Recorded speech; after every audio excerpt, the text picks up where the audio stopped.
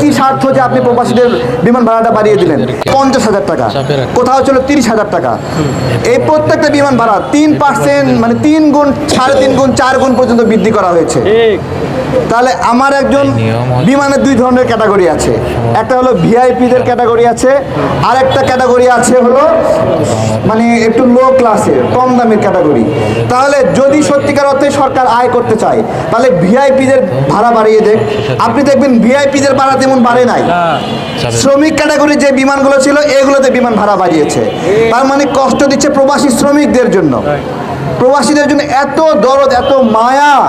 আমার কথা হলো আমাদের আসিফ নজরুল স্যার প্রবাসীদের জন্য এত মায়া আপনার, আপনি তো এখন ঠিক প্রবাসী কল্যাণ ও কর্মসংস্থান মন্ত্রণালয়ে আছেন, তাহলে আপনি কেন এটা করলেন বলেন? আপনার এখানে কি স্বার্থ যে আপনি প্রবাসীদের বিমান ভাড়াটা বাড়িয়ে দিলেন? বেসরকারি বিমানগুলো বাড়াবে, খুব ভালো কথা, ওরা বাংলাদেশের শত্রু, কিন্তু বাংলাদেশ বিমান যেটা সেইটা কেন বাড়ালো ভাড়া? এই জবাবটা কেউ দিতে পারবে যে বাংলাদেশ বিমানের ভাড়া কার কার স্বার্থে বাড়ানো হলো?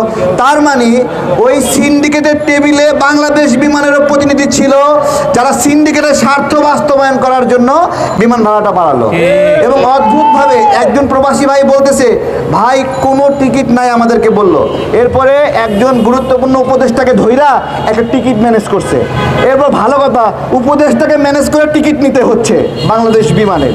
এখন উনি বিমানে উঠে থাকে যে প্রায় 37-40টা সিট ফাঁকাই রয়েছে, বুঝতে পেরেছেন? এগুলো ফাঁকাই চলে যাবে, তারপরেও প্রবাসীদেরকে মানে কম খরচে দেবে না।